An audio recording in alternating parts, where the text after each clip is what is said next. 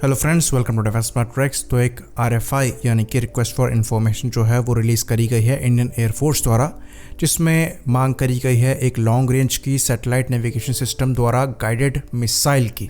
तो आरएफआई में जो रिक्वायरमेंट मेंशन करी गई है वो करीबन 250 ऐसी लॉन्ग रेंज की मिसाइल्स की बात करी गई है। तो ये एयर टू ग्राउंड मिसाइल्स होंगी जो कि सैटेलाइट द्वारा गाइड करी जाएंगी और इनको बनाया जा रहा है स्टैंड ऑफ रेंजेस से।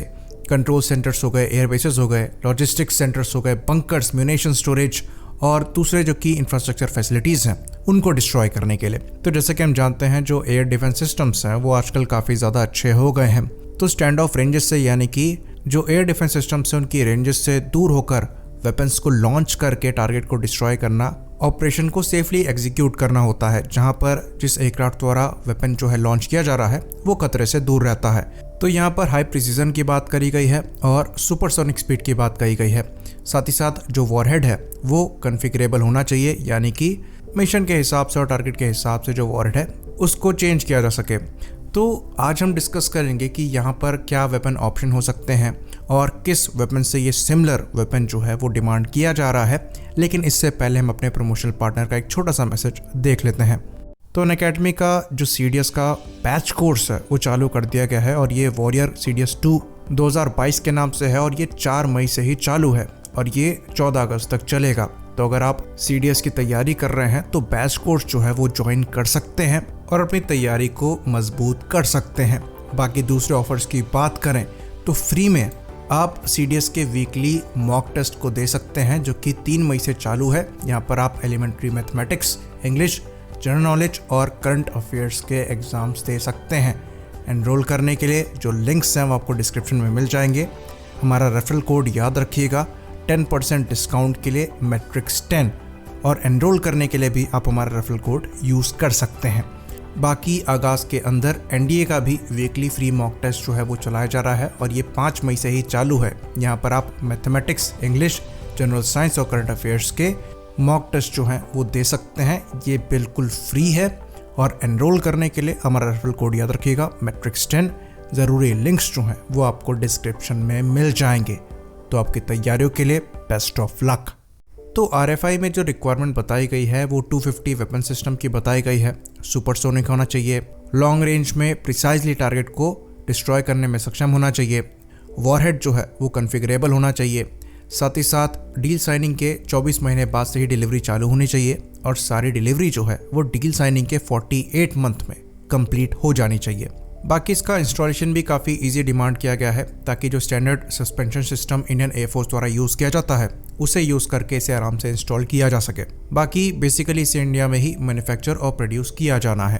तो अगर हम इस तरीके के long range satellite guided missile system की बात करें जो कि सुपरसोनिक स्पीड में अपने टारगेट को हिट करने में सक्षम हो, जिसकी मैक्सिमम रेंज जो है वो 150 to 200 किलोमीटर के आसपास की हो, तो इस कॉन्फ़िगरेशन में Israeli rampage long range air to ground precise strike weapon जो है वो दिमाग में आता है, क्योंकि यहाँ पर जो रिक्वायरमेंट रखी गई है वो एक्चुअली कॉन्फ़िगरेशन से मैच खाती है रैम्पेज की। तो रैम्पेज एक long range air to ground precision strike weapon है जो कि सुपरसोनिक स्पीड से अपने टारगेट को हिट करने में सक्षम है और मैक्सिमम 150 किलोमीटर की रेंज में ये टारगेट को प्रिसाइजली हिट कर सकता है। यहाँ पर भी अगर हम गाइडेंस की बात करें तो GPS और इनर्शियल नेविगेशन सिस्टम को यूज़ किया जाता है। साथ ही साथ यहाँ पर एंटी जैमिंग कैपेबिलिटी भी दी गई है। ये बात आपको बता दें कि पिछले साल ये न्यूज़ आई थी कि इंडियन एयरफोर्स द्वारा इस वेपन सिस्टम के ऑर्डर दिए गए थे और ऐसा माना जाता है कि इस वेपन सिस्टम को Su-30 MKI के साथ यूज़ किया जाएगा। तो ये वेपन सिस्टम जो है वो काफ़ी ज़्यादा यूज़फुल रहा है और प्रिसाइज रहा है। अगर हम इजराइल के ऑपरेशंस की बात करें सीरिया में या फिर बात करें अजरबैजान के ऑपरेशंस की अर्मीनिया के अगेंस्ट में, तो ये 500 किलोग्राम से थोड़ी सी भारी मिसाइल है और ये बनाई गई है एक्स्ट्रा आर्टिलरी रॉकेट सिस्टम से। तो बेसिकली ये एक गाइडेड रॉकेट था जिसे एयर लॉन्च बना दिया गया था। तो हमारे द्वारा भी ये काम किया जा सकता है। हमारे द्वारा पहले ही गाइडेड पिनाका जो है वो बनाकर टेस्ट किया गया है, उस पर हम काम करके उसे एक गाइडेड एयर लॉन्च्ड मिसाइल बना सकते हैं जो कि सुपरसोनिक स्पीड पे जाकर टारगेट को प्रिसाइजली हिट करने में सक्षम होगी। तो इस प्रोजेक्ट पर DRDO द्वारा काम किया जा सकता है और पिनाका को एज अ बेस यूज़ करते हुए इस तरह का वेपन सिस्टम जो है वो बनाया जा सकता है और इंडियन एयरफोर्स को ऑफर किया जा सकता है, क्योंकि हमारे पास रैम्पेज के तौर पर एक एग्जाम्पल जो है वो मौजूद है। तो यहाँ पर रैम्पेज में आपको ज़्यादा एक्यूरेसी और ज़्यादा रेंज मिल जाती है क्योंकि दोनों रॉकेट्स का जो कैलिबर है वो डिफरेंट है।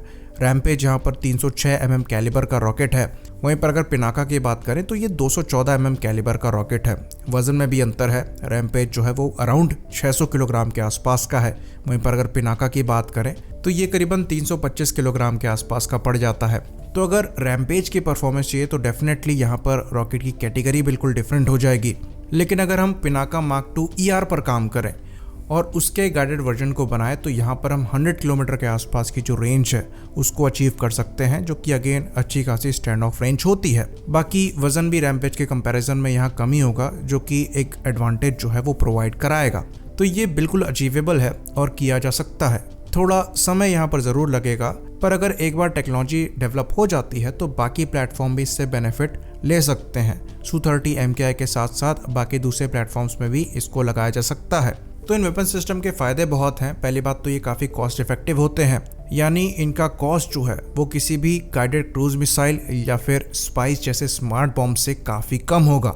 और सुपरसोनिक स्पीड होने की वजह से इनका इंटरसेप्शन भी इतना आसान नहीं होगा।